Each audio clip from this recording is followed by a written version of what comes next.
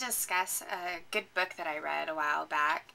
It's called Emotional Intelligence, and it was written by David Goleman. It's a really thick book, but it was so good. It took me a little bit to read it. The book showed that in life, people maybe put a little bit too much emphasis on IQ, you know, the figuring out of intelligence. And so emotional intelligence, that's when a person can control their own emotions and recognize that other people who think the same and recognize similar emotions often socialize together. That skill is really beneficial in life. You start small, like recognizing different emotions and how they influence you. That skill in life, that's a good one to have.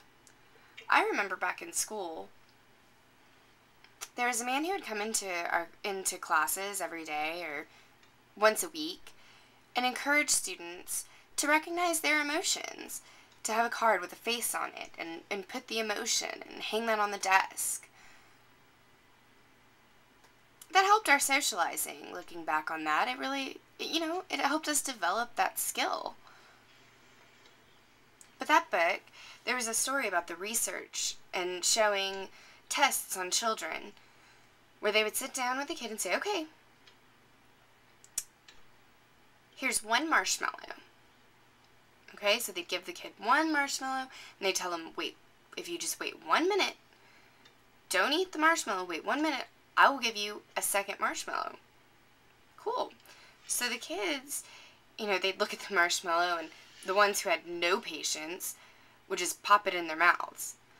Well, another group, they did have patience, and they could wait, and so they got 2 marshmallows.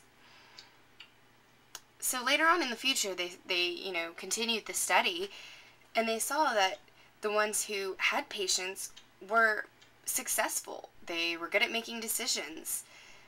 The other group, they were more impulsive. They didn't have any emotional control.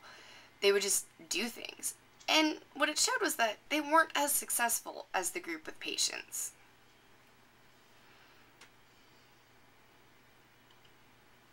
There's a lot of disagreement on whether or not emotional intelligence is going to predict whether someone's, successful or not successful.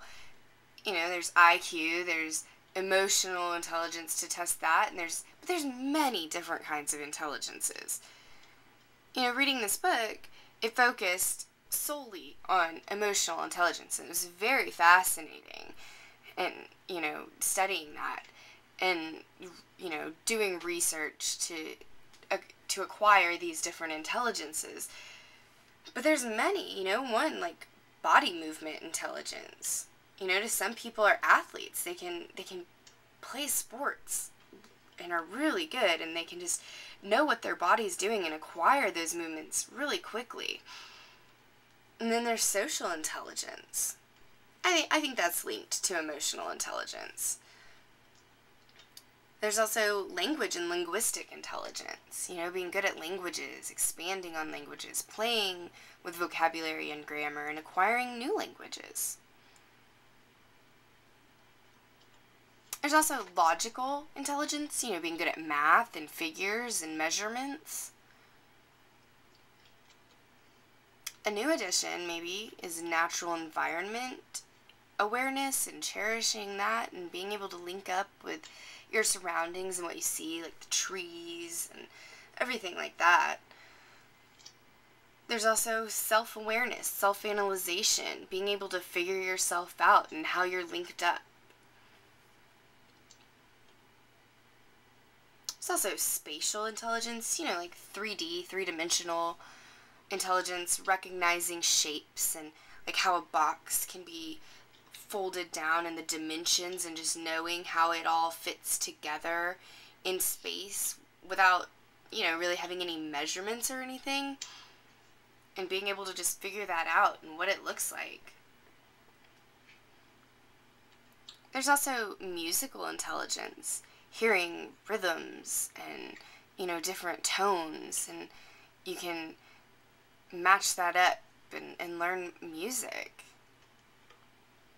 What other intelligences can you think of? Maybe get on the internet. Put it in Wikipedia.